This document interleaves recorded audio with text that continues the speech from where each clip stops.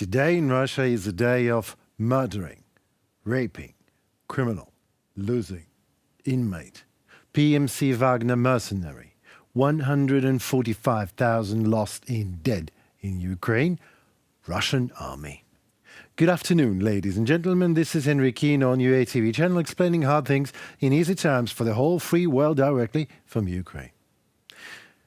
During his unannounced trip to Kiev this week, President Joe Biden spoke admiringly about the resilience of Ukrainian state and democracy. But a year earlier, the United States and its allies harbored grave doubts about Ukraine's ability to stand up to Russia's February 24th in 2022 invasion. The belief that Ukraine would be quickly defeated prevented the West from supplying Ukraine with heavy military equipment early. Western governments didn't want to give that because they were convinced that Ukraine would be quickly defeated. Taras Kuzyo, professor of political science. The re-examination of these early predictions began within weeks as the Ukrainian army turned back a Russian column driving toward Kiev. Three primary explanations for the miscalculation have emerged. First is the lack of experience.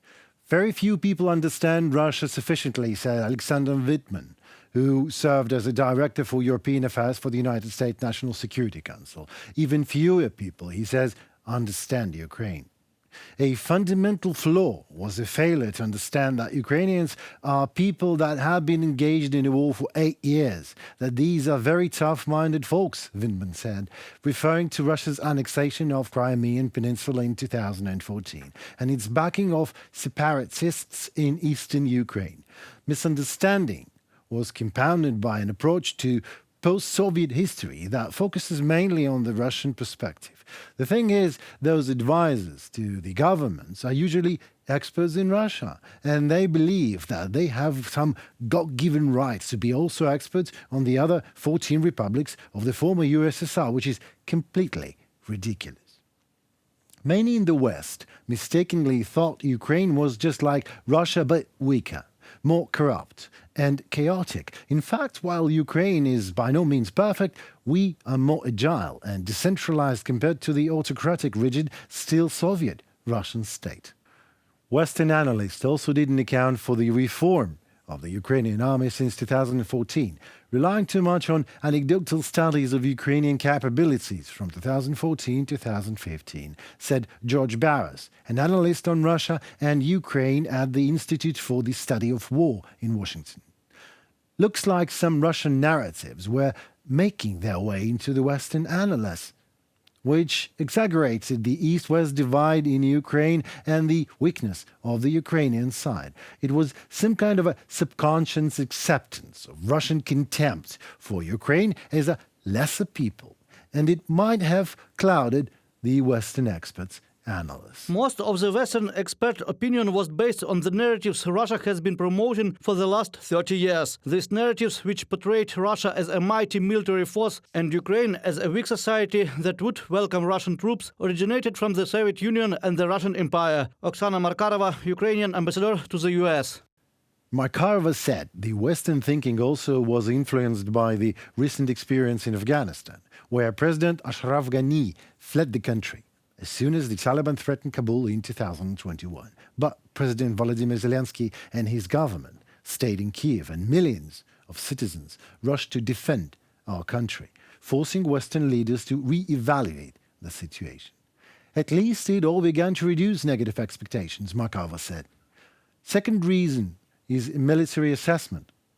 The experts also noted that, based on raw numbers and dates alone, Russia's military appeared to be an overwhelming force compared to the Ukrainian army.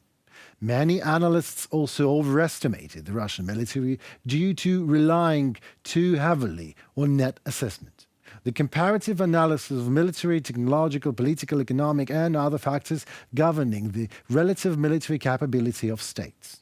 The Institute for the Study of War was late to predict the invasion, yes, but it correctly assessed that the Russians would fail in their effort to capture Kiev. Now it is clear that the Russian military is suffering endemic problems with leadership, information, command and control, intelligence and other key aspects of combat power, despite having larger resources than Ukraine. I spent 3 years in Moscow working with the Russian military. From monitoring and observing how they operate, it was clear to me that not everything would work and that they would not be able to use it all in operation concepts that they could employ in Ukraine. Alexander Windman, former director for European Affairs for the United States National Security Council. Western experts also did not appreciate how Russia's ingrained corruption would affect its military. If Russia is a mafia state, then the Russian military will be too. The third reason is a complex assessment.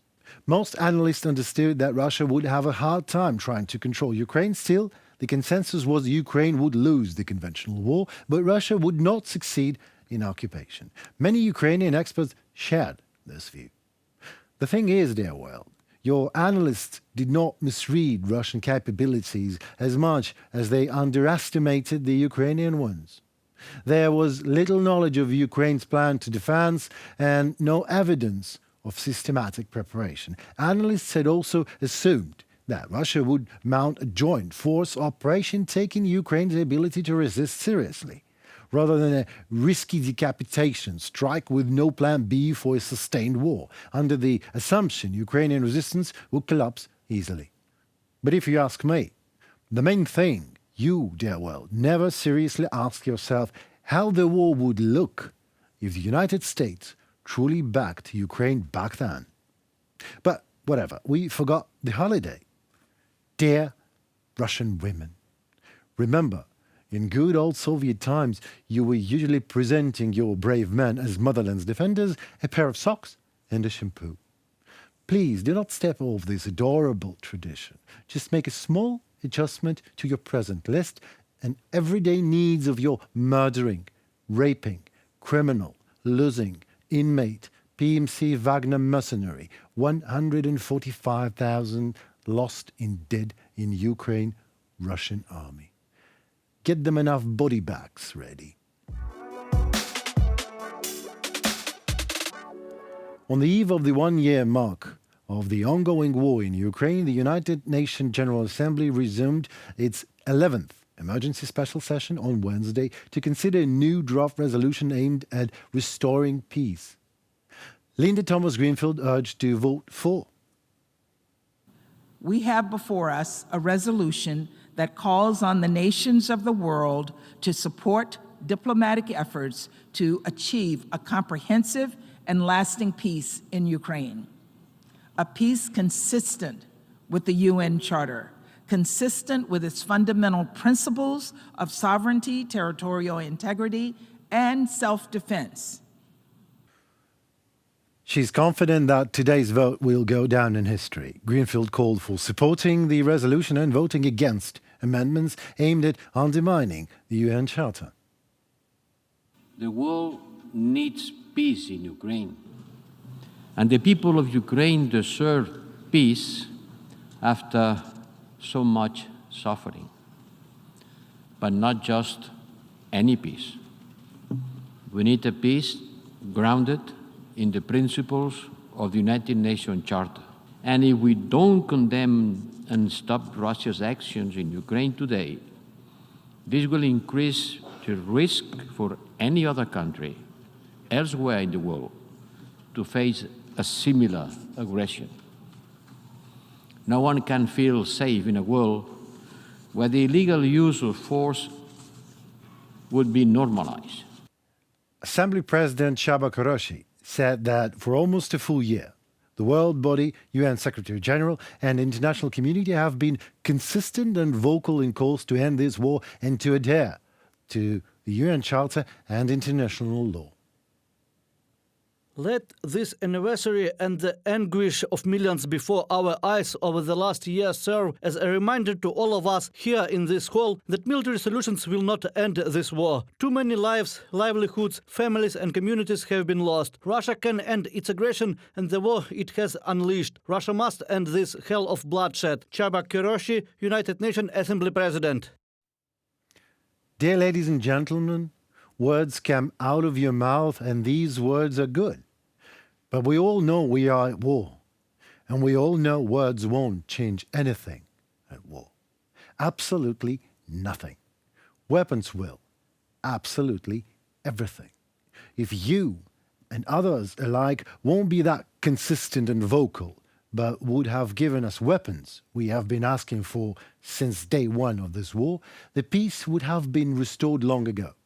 We in Ukraine see you want peace, of course, but that is human nature. You see that peace is fought with weapons in your hands, always, in all cases, everywhere, no other option. You can want peace, you can talk about peace, you can even proclaim peace, but you can never establish peace without weapons to at least defend it. Otherwise, peace will be taken of you. That is exactly what Putin wanted to do, and he failed. Russia won't stop unless stopped. Never. Russia will continue to kill because Putin has 3 advisors: Ivan the Terrible, Peter the Great, and Catherine the Great. Sergei Lavrov. See, Russia can't stop the aggression because Russia is simply Russia, a bloody delusional Soviet maniac made to bomb, destroy, annex, burn, and imperially reign. And you, ladies and gents at United Nations Council, and you, dear world, have to stop talking sense to it. It's impossible. The draft resolution UN Charter principles underlying a comprehensive, just and lasting peace in Ukraine reflect steps forwards aimed in halting Russia's aggression, restoring peace and territorial integrity of Ukraine, and ensuring global security based on the UN Charter. This will demonstrate strong support for the vision of comprehensive, just, and lasting peace for Ukraine and global security, as well as demonstrating Russia's, the aggressor's, complete isolation, which has ignored the fundamental principles and norms of international law and the UN Charter.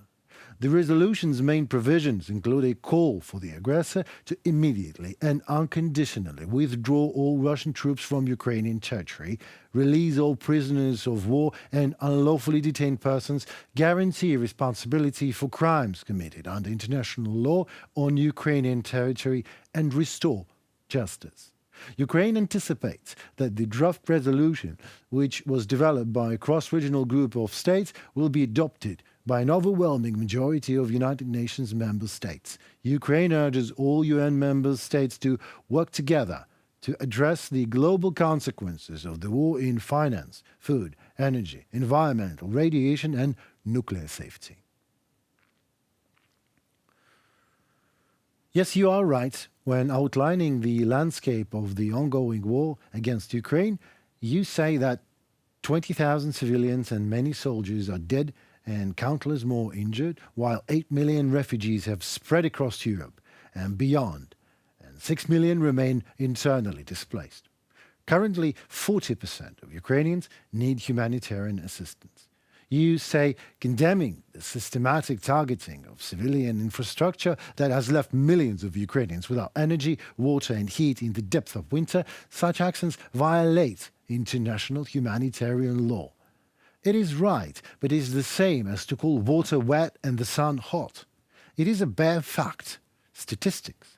It means little and changes nothing. Give us planes, fucking fighter jets, and we will change everything. And you won't have to be consistent and vocal anymore. It was Henry Keane on UATV channel explaining some hard things in easy terms for you, dear world, directly from Ukraine. Stay safe and tuned for more.